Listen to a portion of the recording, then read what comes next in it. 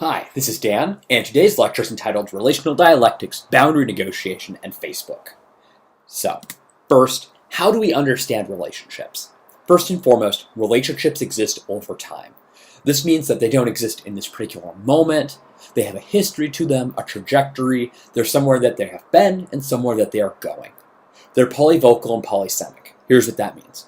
Polyvocality means that when you say something, you might say it with multiple voices at the same time. I might say to someone, "Hi, how you doing?" I could mean that both very genuinely as me, Dan, saying, "How are you doing? I'm interested." It could also be me doing coordinating communication, just general stuff that directs everyday life. Polysemy refers to the idea that words can mean multiple things at the same time. So in a relationship, there are multiple voices, multiple meanings, all being played out together. A relationship really is a situated system of meaning. Relationships and families in this sense could be understood like a culture. Terms mean certain things. Families, couples, relationships of all kinds across friendship networks have certain meanings to them, such as an anniversary is entirely decided within a relationship, and that meaning is created by those people, and they have certain ideas and processes they use. Finally, relationships are in flux. They don't mean a particular thing that is stable over time. They're constantly changing. And that's what's interesting about them, rewarding about them, and so vexing about relationships. That's where you, of course, get the dreaded where we stand conversation. You know that conversation where someone says, well, where does our relationship stand? That's a marker of saying we're going to talk about our level of integration, how a relationship is structured, where it's going, and where it's been. And that probably means that you're in some kind of relational turbulence. Now, that may not be bad, as we'll describe in a few minutes. Relationships are dialectical, and this does not mean the idea of dialectics as two things synthesizing into one, but that two sides coexist and mutually constitute each other. So in a dialectical situation, you have two opposing, or not necessarily completely opposed ideas that you keep in mind at the same time. That you want both of them, that you need both of them, or that both of them make you who you are. And that neither of those is going to win. You're never going to be all of one or all of the other. Further, this is not a simple equilibrium metaphor, saying that there's almost a physical relationship that says that two things must be in balance, 70% of one, 30% of the other. People are far too complicated for that model, and frankly the use of equilibrium models in social sciences and humanities to begin with is problematic, especially since they were imported from chemistry that oversimplify the situation. Here are two major dialectics that people do research on: autonomy and connectedness, and openness and privacy. So that first dialectic, autonomy and connectedness. I think you would probably all have had a friend who's a good friend, but when they enter into a romantic dyad, a regular romantic relationship, they tend to become completely consumed by the relationship. They really want to be connected to their new partner. And so when they're in a relationship, your friend totally disappears. They go for 100% connectedness with their new partner. That means they lose out a lot of this autonomy. Now, their desire for autonomy doesn't go away, and their relational needs to be your friend don't go away. They just get subsumed temporarily into this connectedness. Now, the fact that these two people are so connected to each other probably could eventually cause problems. They could get very integrated very quickly, and then they'll start to lose track of the good things about being autonomous that let them be who they want to be, so they'll feel smothered, and eventually the relationship might blow up. Similarly, openness and privacy. People want to disclose things to other people. You want to be in social relationships. At the same time, there are a lot of things you don't want to disclose to other people. You need to have a certain level of invisibility in order to be able to perform your public face. If we consider this in the classic 1950s sociological, psychological model of the Johari window, there are the things that you definitely want to perform for other people. Your public facade. At the same time, there are things that you want to keep backstage, things you want to know about you, but you don't want other people to know about you. Conversely, there are things that other people know about you that you don't know about you, known as blind spot. And finally, that most terrifying of areas, the things you don't know about you and other people don't know about you, which, at least according to some people, is only findable with years of painful psychotherapy. So there are two big forces then at work in these relationships. So there are centripetal forces that tend to pull people together, like connectedness, and centrifugal forces, like autonomy, that want you to be thrown apart from other people. They want you to keep your distance. These forces are constantly pulling networks together and pushing them apart. And that's really important for understanding Facebook and all affinity-based social networking. That there are reasons why you want to be in this centripetal relationship. You want people to know about your new child, your new job, your new relationship. That's why you want to go Facebook official. At the same time, when you back out of a relationship, you don't put up a status that says, hey, just got dumped. You instead switch your relationship, maybe to it's complicated, or maybe you just pull it off there entirely. That's you being centrifugal, you're pulling out of the network until you feel like you're comfortable to go back in. In the larger sense, from Bakhtin, who's a major player in terms of structuring the ideas of the relational dialectics, these are a constant pull of forces that then come together. So these two things are pushing and pulling on your narratives, your idea of who you are, and your presentation in everyday life. So as relationships grow, there's increased integration. It's really exciting to have a new relationship. It's really interesting to have that turbulence as you negotiate who knows what about who, sharing new secrets, building something with some other person. Now, if a relationship fails to change, so if there isn't new disclosure, new ideas being generated, a constant interplay and flux in the relationship, it may stagnate, and that may lead to relational dissolution, relationships ending. Duck's stages of dissolution are intrapsychic, dyadic, social, and grave dressing. This is a really interesting model to keep in mind when thinking about how social networks operate. So for Duck, the intrapsychic stage of relational dissolution is where you feel like the relationship is bad, and you largely keep that as a secret to yourself, that you don't feel very good about the relationship. In the dyadic phase, you start to fight with your partner. You might even start to talk to other people as you get into the social stage. Once you're in the dyadic phase, once you're fighting about ending the relationship, you're probably going to end it. Once you're in the social stage, nothing good is going to happen for the most part. In the grave dressing phase, the relationship has ended, as in the social stage, and you're then trying to narrate what you're going to do again or how you're going to be ready for the next relationship. So to think about this in some sense as a dialectical approach to relationships, you have your wish to be in a relationship, but then you have your secret, that you're acting in the intrapsychic phase as if things are okay, but they're not. That's a really interesting position to be maintaining with your partner because you want to have a high level of integration with your partner. But in this scenario, you don't have a high level of integration with your partner because you feel like the relationship is unsatisfying. In that dyadic phase, you're starting to try to work within the dyad. In the social phase now, you're out beyond the relationship. So in any sense, your relationship was always embedded within this complicated network of friends and family and Facebook and Twitter and whatever else that you are trying to perform within and to perform the ideas and feelings about your relationship. Then finally, grave dressing, you're actually out of the relationship and now you're still dealing with it. This zombie relationship that you were in for some period of time. You're negotiating what it meant, what it means now, and what it's going to mean in the future. So there are a few approaches we have to deal with for how we disclose information.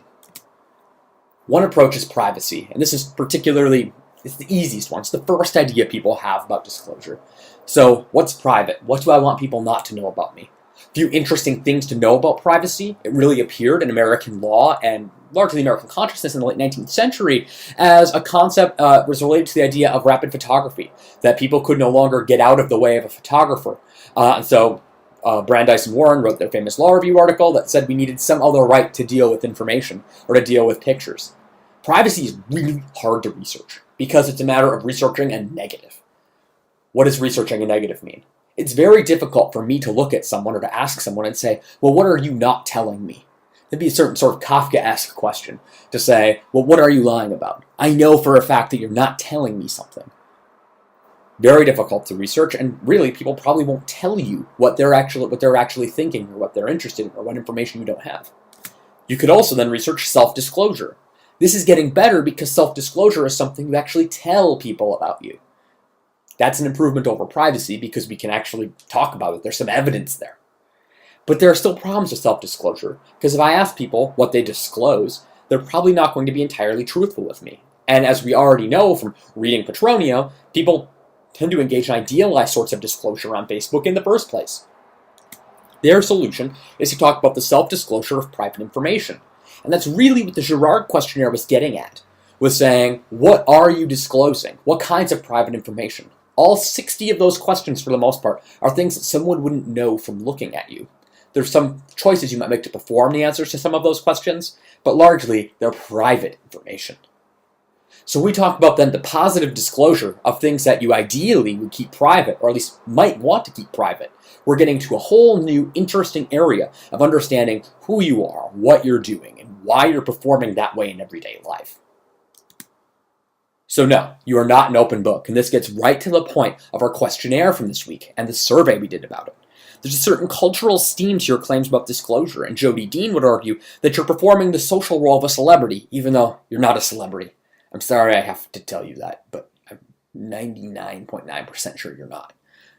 So why would people, especially undergraduate students, overrepresent their openness? Typically students on the questionnaire will put 2s in a lot of places, and I'll start pushing them on the 2s, and I'll pick out a few very sensitive questions, and I'll try to push a little farther on those questions. And the students then will say, well, I put down a 2 because if someone asked me about it, I would tell them. And I say, hold the bus. You're not actually disclosing anything. You're actually a 0 in that area. You're saying if someone asked me about it, I would be willing to have a conversation, but I would not disclose that information willingly. And that gets right to the point of boundary negotiation and the self-disclosure of private information. When you take the questionnaire and you're not willing to go out and try to talk about that information, you're keeping it private within you, you're not actually disclosing it. You're not really an open book. But students are so committed to the idea that they fulfill the celebrity role, that they're an active sharer, that they'll be a heart of a social network, that they're willing to say that they do. So then you could go back and redo the questionnaire with the idea of, if someone asked me, I would respond and say something, mark that as 0. I think your self-disclosure patterns will look very, very different than you thought they did in the original questionnaire answers.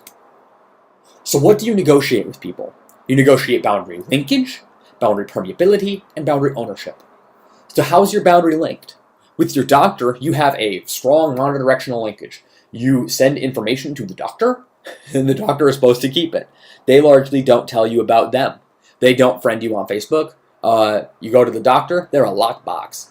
Permeability, you're permeable with the doctor. You're willing to give them information about you. This is the whole point of the TV show House. That these patients oftentimes have a low permeability level. They're keeping some kind of secret. And then once House is able, either through deception or whatever else, to open up their permeability, they get the information and are able to solve the case.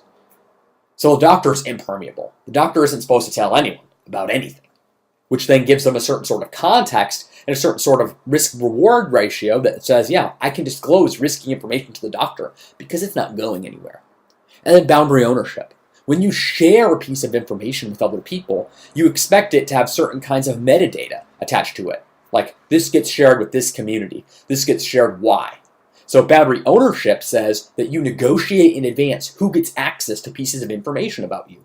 So when you're on Facebook and you say only friends of friends, public, on the upper right-hand click button, that information is relational metadata that Facebook is using to decide where to send your information and how to populate it inside of that newsfeed. What criteria do you use to negotiate? You negotiate on the basis of gender. People with different performances of their gender identity will disclose different information in different ways to different people. Context. It is very different to disclose your health information at a bus station to a stranger than it is to disclose your health information to a doctor in an exam room. That context is everything. It's very different in terms of a speech act to say, to pronounce people married in a church than it is to pronounce them married on a street corner. Culture. Different cultures, different situated systems of meaning, have very different ideas about negotiation and exchange. Some cultures have a very strong conception of dignity, so you don't cause someone to have a face threat in public. They wouldn't respond like you might expect them to. Risk. Some disclosures, like especially very risky medical disclosures, they're risky. Telling someone that you have HIV is very high risk in almost any situation. And so disclosing that information says things about you, and it says things about your relationship and your network. And then finally, your motivation. You might have very different motivations for disclosing information about you.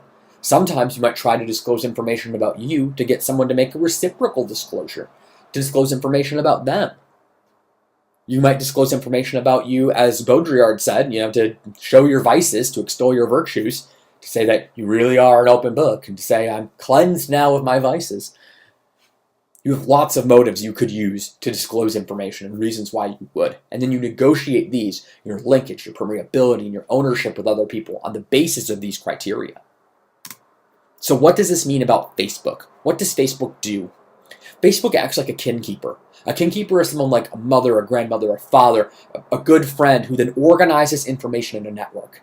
What that person does is they don't tell you everything that your cousin Janie is doing, but they might present you some information about your cousin Janie, some important ideas, so that you don't have to call everyone else on the network yourself. The kinkeeper is a hub of your organization. They stabilize important stories for you in time. So then Facebook acts in some degree like an online mother figure for you. The newsfeed itself stabilizes important stories, and it creates a diachronic synchronic play. So diachronic means happening across time. So there are stories happening all across time in your life, and relational changes happening in a very complicated and interesting way.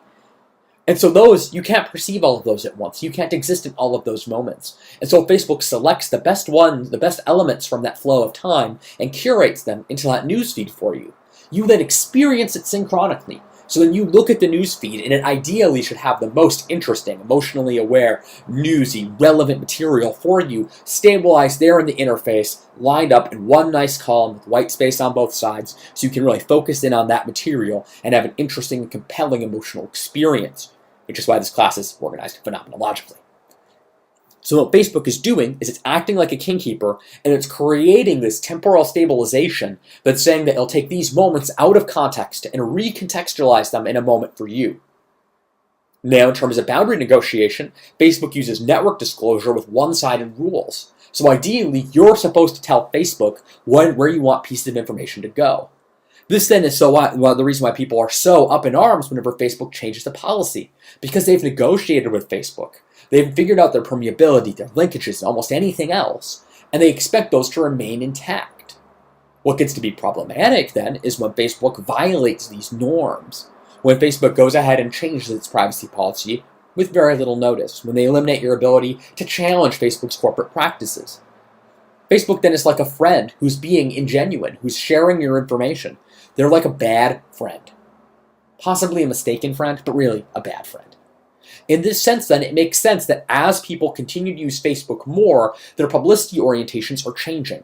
As Facebook appears to be less and less reliable as a co-owner of information, people are becoming more public in their use orientations toward the network.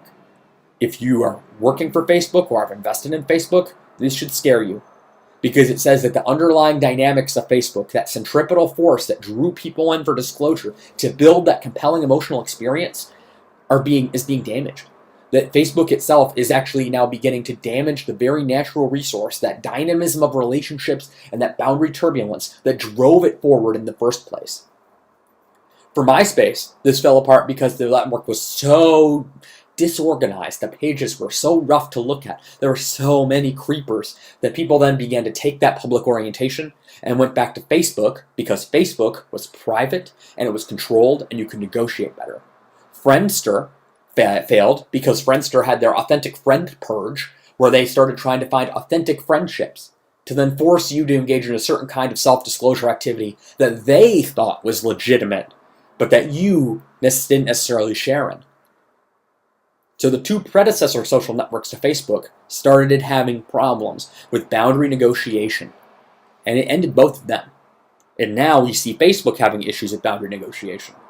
Now, Facebook can't exist without those changes in boundary negotiation. Why? Because, as is already being reported in some European countries where there are stronger privacy rules, it's very difficult to get enough advertising revenue to sustain services in a world without a high degree of targeting and a high degree of user interest. So Facebook then needs you to throw you back out into the network. They need to use that centripetal mechanism to get you onto the newsfeed and get your information out there to populate it in the first place. Because if your information really is private, it's really locked up, it's not going anywhere, and that network will stagnate. And we know what happens when stagnation sets in. This is not Twitter. Twitter is structured very differently, and this will be our topic next week. We know that 90% of all communication that happens on Twitter is intended for publicity. It exists only in a moment. There isn't a diachronic service on Twitter at all. So Twitter represents something fundamentally different in terms of how you negotiate your boundaries, if you negotiate them at all, and it represents something different in terms of how a network is organized. So keep that in mind. Keep these relational networks, these disclosure activities in mind about Facebook for understanding affinity organized social media as we go into understanding temporally organized social media next week.